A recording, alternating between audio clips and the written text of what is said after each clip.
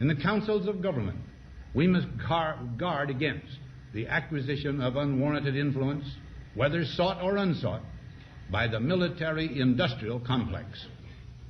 The potential for the disastrous rise of misplaced power exists and will persist. We must never let the weight of this combination endanger our liberties or democratic processes. We should take nothing for granted. Only an alert and knowledgeable citizenry can compel the proper meshing of the huge industrial and military machinery of defense with our peaceful methods and goals, so that security and liberty may prosper together. To kind of give a quick little recap of last episode, like you said, we really were focusing on present day disclosure and present day things happening that really were shaking things up with, as you referred to, these 3 specific official videos that were released: the Gambit, the FLIR, and the Go Fast video. And the June omnibus bill, this UAP task force, Senator Reid, all these various key figures who have pushed this along.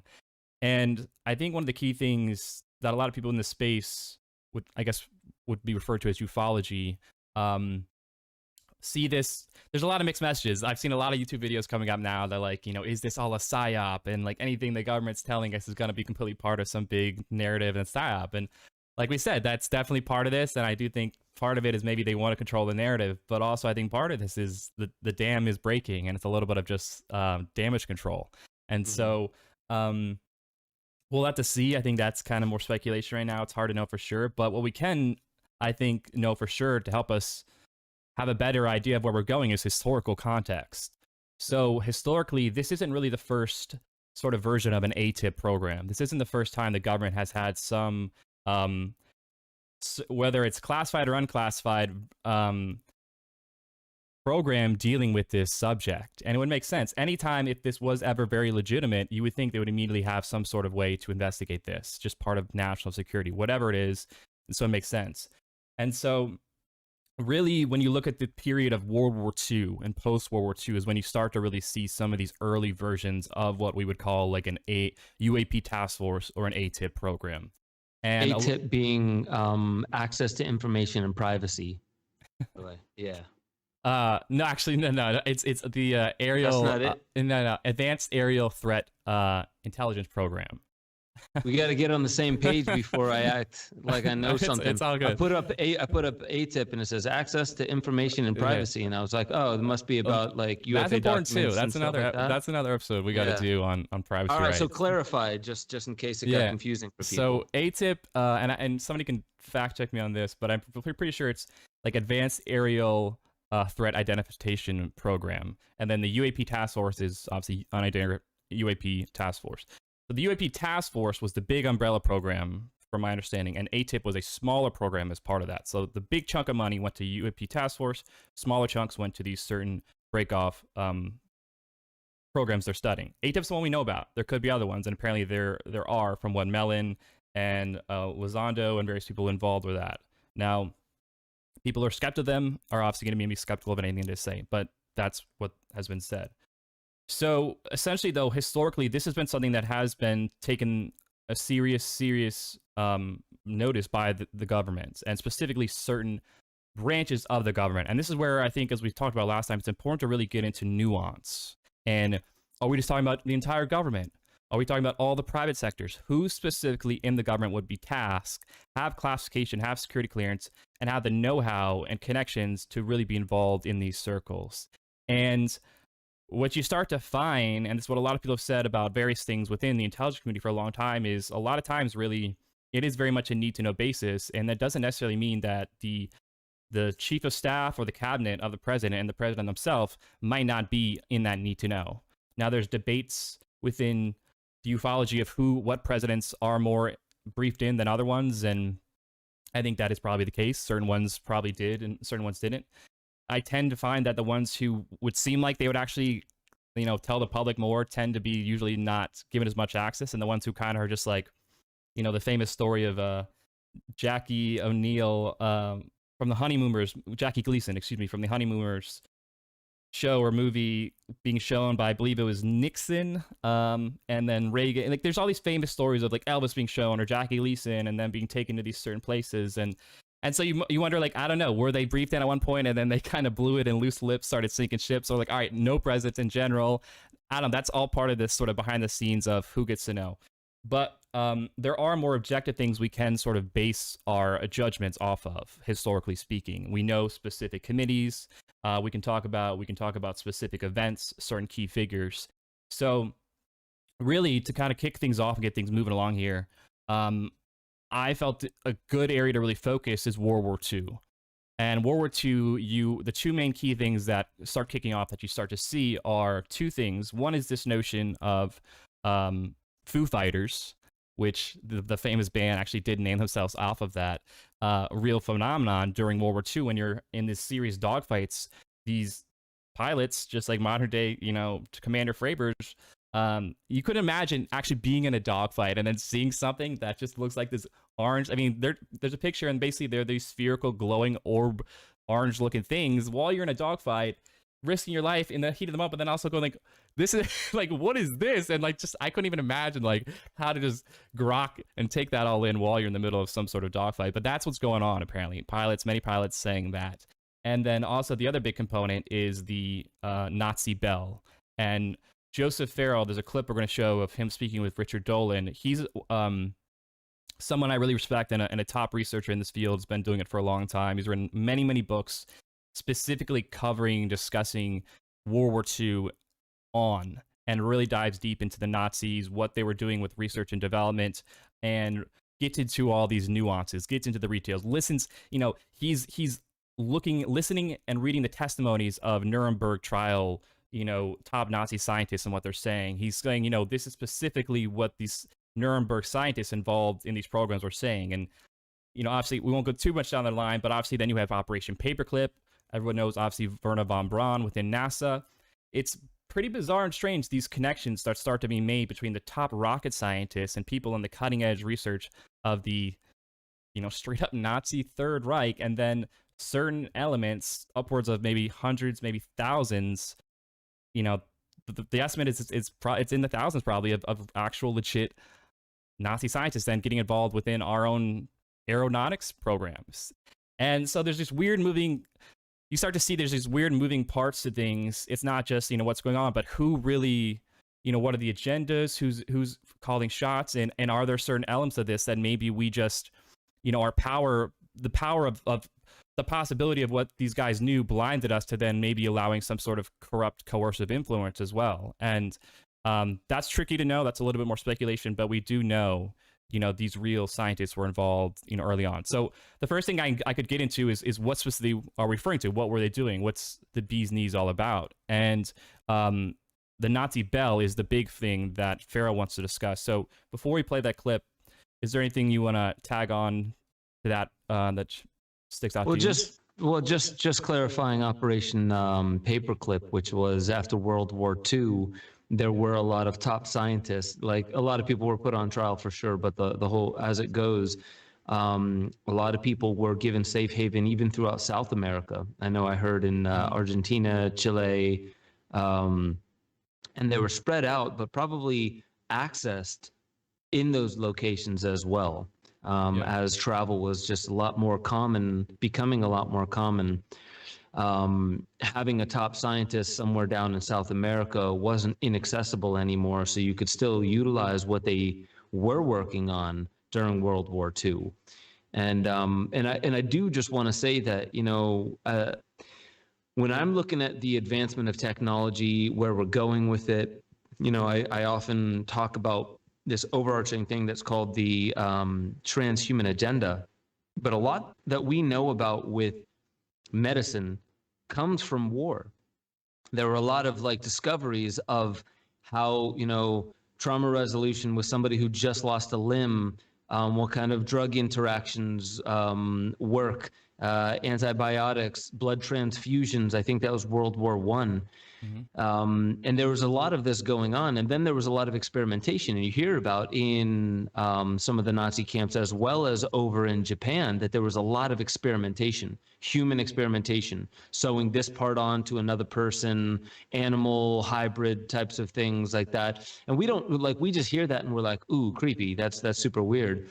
But what did they learn about grafting? And potentially also now we're seeing more later in the 1900s in wartime, people lose an arm and then they get a bionic arm or something in its place. Nowadays, you see this rock climber on TED Talks who lost both his legs, and he has legs with 24 microchips and sensors inside them, and it's really intelligent the way it reads from the body. So what I'm saying is that even in wartime situations, a lot of the times there's what we would call our understanding of the impetus of war. Like it's all about economics, and World War II was like against fascism, socialism, and yada, yada.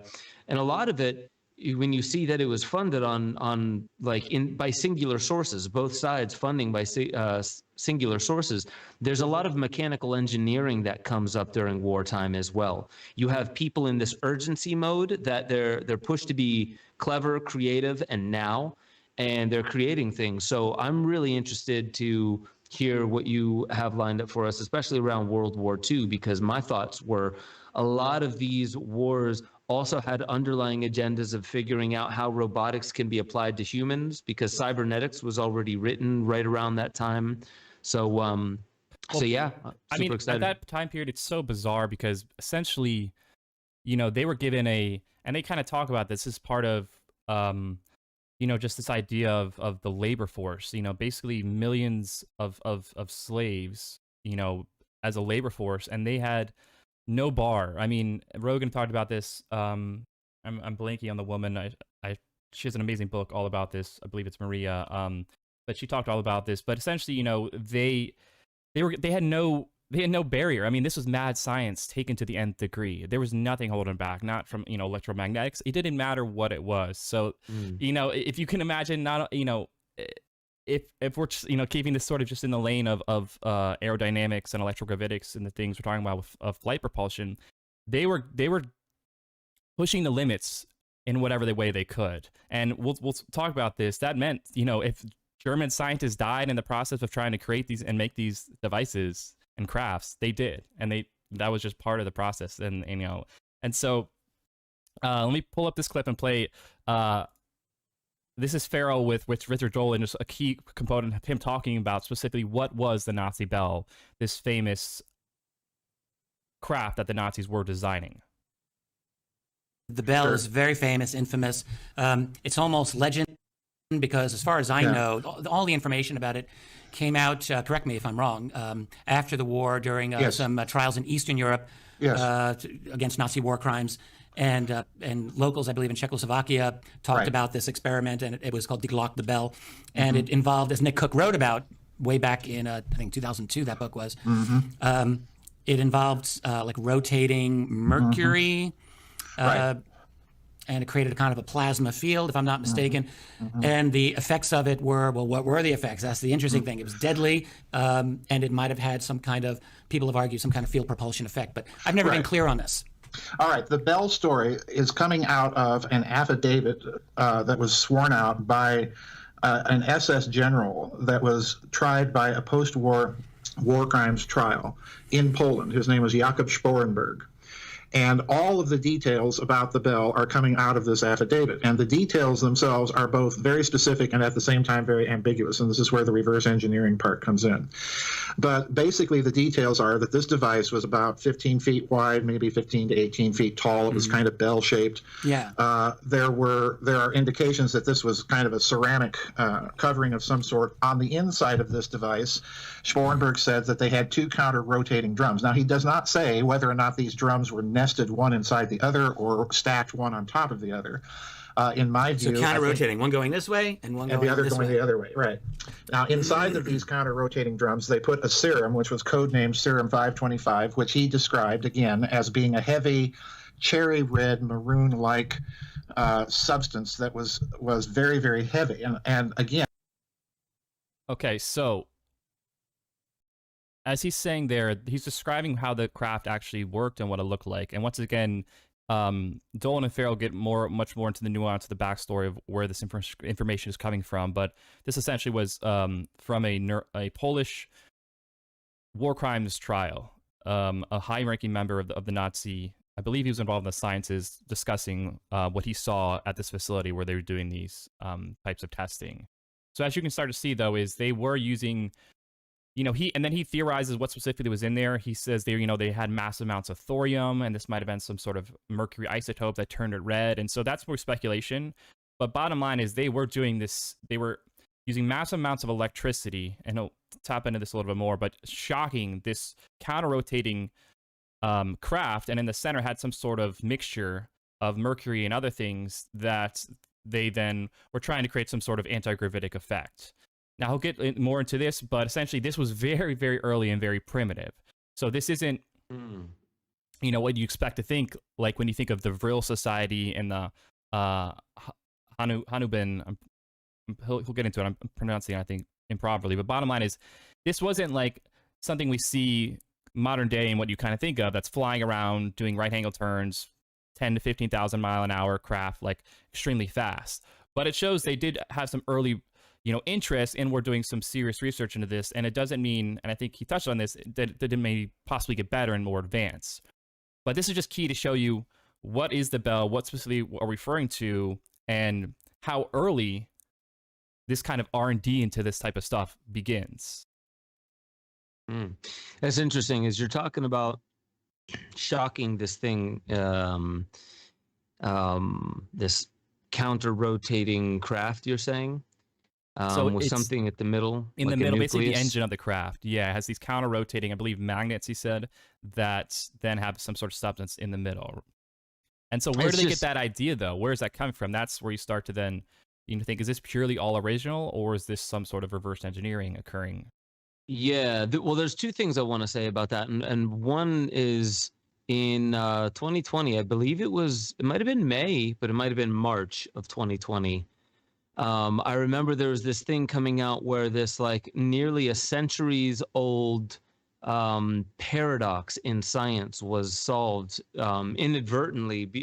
In Australia, there's this university that was, I forget what they were trying to do, but they were trying to do one thing, and then they solved this problem of using just electricity to cause micro spin inside of a processor. So it has to do with, quantum computing and, well, really getting computers smaller and smaller. So it might have even been classical computing, but communicating on more and more of a micro level.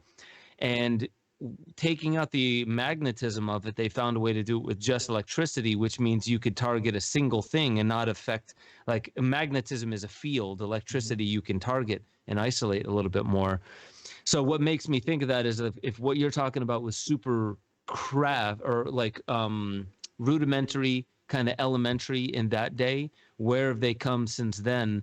And I'm kind of using that more as just like an example of maybe it's gotten smaller and maybe it could become more systemic, and maybe there's actually a way that this understanding of using the electricity can work throughout a system of something in a wet matrix, like maybe wetware, and working towards levitation of things that could become pseudo biological, or at least made more of kind of like the warm, wet kind of hardware that we use.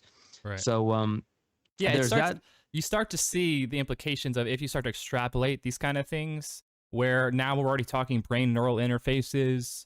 We can do things with robotics that are pretty impressive. And if there is serious money, which we'll get into near the end of this, but if there's serious money that is being invested not just in black operations and unacknowledged special access programs, but just things completely off the books, the work of Catherine Austin Fitts and what she did tracking, $20+ trillion missing from the Pentagon. You start to realize that if we're seeing these things already in the public sector by private individuals, I had a good buddy whose dad worked in the government, pretty classified stuff dealing with lasers. And, he'd always used to say, we usually have stuff 20 to 30, maybe 40, 50 years ahead of what you're already seeing in the public. And that's sort of a government insider type thing. But a lot of times the stuff we're getting in the public sector is usually something they've already had in covert elements that then, gets used to just purely be retail. So yeah, you can start to now get a little more context to say some of the stuff we're talking about in present day that we might even have, just our own stuff, really would shock people. But it's not a very simple matter. There's a lot of, like I said, a lot of moving parts, a lot of agendas, and it's not as simple as just saying, well, okay, we'll show it to the public. There's a lot of people that don't want certain things to be known for whatever reasons, whether it's power and control, whether it's profit reasons, who knows, but whether it's just purely national security reasons, and they feel this is in the best interest of the people to not have us know certain things until they know better. We don't know everyone's personal beliefs for why certain things haven't been made more unclassified, but we can track it and put pressure on them. And like we're both saying, things are starting to heat up. It seems like there is more discussion internally going on in these departments in the present day. And I've always felt that there seems to be sort of two different competing schools of thought within the internal programs going on. People who are more okay with letting the public know versus people who are more like, no, they can't handle the truth. Kind of seems to be. That's super interesting. And when you say it like that, there usually are, just look at the political arena. You have other parties, but there's really two main ideologies. So two main schools of thought. And, I've thought about that whole thing of like, well, we're big boys and girls. We should be able to learn anything you have to throw at us. If it's happening in the world and you're allowed to know it, we should be allowed to know it. And I've gone over and over in my head around like, yeah, to some extent, like who is to have the authority to say who is ready to hear what? And these people don't just wake up and find themselves in politics. There's a long road they travel. And in a sense, in the same way in a mystery school, if they're going to reveal a mystery, and like, historically it had to do with, in Buddhism, they did use psychedelics with meditation. In Hinduism, they did use psychedelics, and that was a lot of the times the mystery of the mysteries was using a psychedelic, doing some sacred sex act, and that's part of the magic of a secret Tibetan Buddhist whatever. And so there are certain things like if we were to just let everybody know. And I think back to Tesla and JP Morgan and Edison and all of that. And like, if we were to just open source the best at-home way to build some kind of system that can ramp up and accumulate a ton of, what would that be? Kinetic energy, energy that hasn't been used yet. Maybe that's kinetic energy. Potential turns to kinetic. But okay, so potential energy. If you can build a massive amount of potential energy because, you were an ex-Wall Street guy and you built this facility and you just do it and it's open source, then everyone would have the ability to potentially create some kind of their own massively damaging weapon of mass destruction. And this is like an extreme. Would humanity do that? I don't know. I don't believe so. But would some people do it? Absolutely. So there are certain things that I understand not getting out to the people because you don't know. Some people are probably so jaded about their lot in life that you can't really tell whether they would be in sound mind to make a decision if they could turn like an energy grid system into a potential weapon or something like that. And I think most people's understanding of what the role should be of our intelligence community shouldn't be like, hey, you need to spy on all domestic citizens and look at our Facebook group. It's like, no, you should specifically, any secret that puts somebody's life directly at operational risk, then yeah, we don't want obviously our, officers and men and women involved in these things to be put at risk in a possible mission. But when it comes to like suppressing things for greedy or power motives, like, this is the crux of this issue in a lot of ways, is the energy, is what is the propulsion used by these craft, and what are the implications of that with this massive energy industry, which could make a massive amount of things obsolete. It could create incredible abundance and a much better way of life for people, but it also would become an extreme threat and be obsolete. It's similar with the drug war, a lot of these things where really money a lot of times is unfortunately the real issue, is it corrupts people from doing the right thing. Now it's like I said, and I don't know if we're ever going to know specifically from World War II who was the good white hat and bad white hat. You know, early on, it looks like somebody like, and we'll talk about this, Admiral Forrestal looked like a real white hat, and somebody, he was the first Secretary of Defense.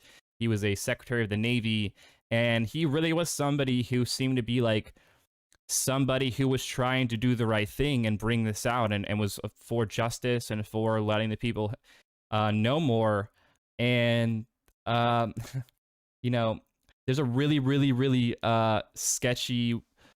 Richard Dolan, I posted it in the details on the description of this video, but he goes into the whole life and death of Forrestal, and it's really, really strange how he passed away. He jumped or fell out of a 4-story building. You know, all the indications said that he had no plans of suicide, and this guy was allegedly, and we'll get into this later, one of the key people behind MAJI, or MAJIC MJ-12, Majority Agency Joint Intelligence.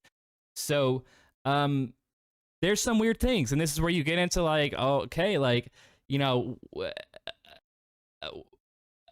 we have to obviously call a spade if we're speculating, but there are some, you see this with a lot of, within this field of ufology and energy propulsion, of strange things happening to certain individuals trying to expose and bring out certain things. Make sure y'all head over to benjosephstewart.com, become a member. You'll have access to the growing library of deeper dives where I talk about all the stuff that I really can't talk about on YouTube. Make sure you get involved in the Discord chat. That's where a lot of the conversation is happening, talking about new theories, being able to interweave into the greater conversation that is how we awaken infinity. That's our highest potential. And I just want to remind you, you are the most powerful technology ever known to creation. Wield it like an artist with a conscience.